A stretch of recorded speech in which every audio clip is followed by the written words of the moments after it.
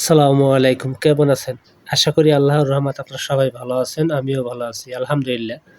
যে যেখান থেকে আমার এই ভিডিও দেখবেন অবশ্যই ভিডিও ভালো লাগলে চ্যানেলটা সাবস্ক্রাইব, একটি লাইক, একটি কমেন্টস করবেন। দেখুন, আপনাদের ভালোবাসায় আমি আল্লাহর রহমতে এতটুকু আসতে পারছি, তাই আপনাদের জন্য দোয়া এবং ভালোবাসা থাকবে। দেখুন, যারা লতি কচুর চাষ করতে চান, আশা করছেন, আগ্রহী তো করবেন। তাদের উদ্দেশ্য করে কিছু কথা বলতে চাই। ভাই, কিছু নিয়মকানুন আছে, কিছু জায়গা আছে।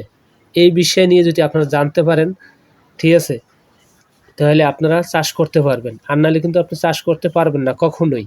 আগে বোঝেন ভাই, চাষ করা কোনো ব্যাপার না, কিন্তু আপনার করিয়া এরকম ফলন ফলাইতে হইলে অবশ্যই আপনাদের কিছু জানা দরকার আছে। আপনি যদি না জানেন তো কখনো আপনারা এই চাষ করে সফলতা পাবেন না। ভাই, আমি সবসময় একটি কথা বলি, লতি কচুর চাষ যদি আপনারা করতেই চান একান্তই, তাহলে অবশ্যই আপনারা কিছু পরামর্শ একটি কৃষকের কাছ থেকে আপনারা নিতে পারেন। যদি সে ভালো হয় অবশ্যই তদন্ত করে ভালো যদি হয় তাহলে তার কাছ থেকে আপনি নেবেন। সে হোক আপনার বাড়ির পাশে, সে হোক দূরে। ভাই, সবাই যে খারাপ এ দুনিয়ার তা না, ঠিক আছে? যদি দুনিয়ার সবাই খারাপ হতো তাহলে দুনিয়াটা চলতো না ভাই। এই জন্য বলি ভাই, লতি কচুর চাষ যদি আপনারা করতে চান, আল্লাহর রহমতে যদি আশা করেছেন করবেন, হ্যাঁ করতে পারেন, তাতে কোনো সমস্যা নাই। কিন্তু ভালো মানের জাত যদি আপনারা সংগ্রহ করতে চান, কারো কাছে না পান, আমার কাছ থেকে আপনারা নিতে পারেন। লতি কচু বাড়ির এক চাষ করি আমি।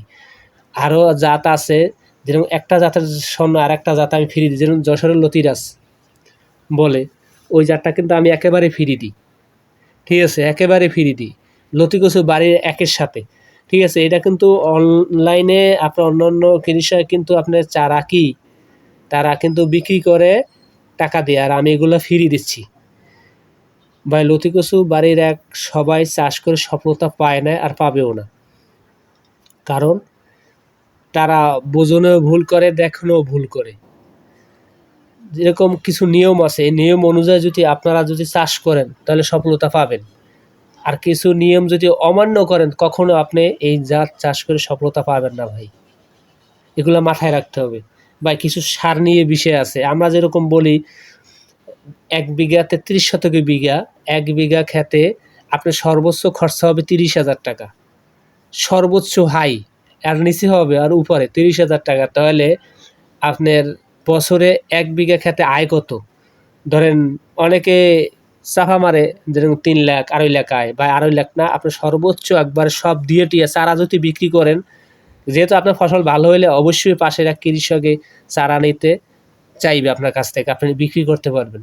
আর ফলন যদি ভালো না হয় কখনো আপনি চারাও বিক্রি করতে পারবেন না, আপনি গাছই একটা বাজে জাত। এই জন্যই বলি ভাই, প্রতারিত হবেন না, অবশ্যই সতর্ক থাকতে হবে ভাই।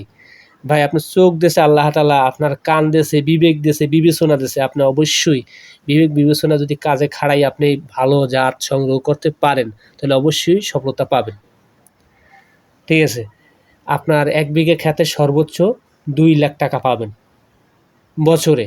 আর এই জাতটা আপনি সচরাচর যে কোনো মুহূর্তে আপনি চাষ করিয়া সফলতা পাবেন ইনশাআল্লাহ, তাতে কোনো সমস্যা হবে না। যদি আপনারা এর চেয়েও যদি আপনার ভালো কোনো জাত থাকে বাংলাদেশে, সে জাত আমার মনে হয় না যে ভালো হবে। কারণ অনেকে বলতে পারে ভাই এই জাতটা ভালো, এই জাতটা ভালো। ভাই, ভালোর শেষ নাই, তবে বাংলাদেশে এর উপর কোনো জাত নাই আমার জানা মতে। আমি প্রায় 7 বছর ধরে আমি এই জাত চাষ করি, ঠিক আছে? অবশ্যই আপনারা যদি আমার কাছ থেকে চারা নিতে চান তো নিতে পারেন। দেখেন, বাংলাদেশের বাইরে কিন্তু চারা গেছে, ঠিক আছে? তো কথা আর বাড়াবেন না, এই পর্যন্ত রইল। আমার জন্য আপনারা দোয়া করবেন। আসসালামু আলাইকুম, আল্লাহ হাফিজ।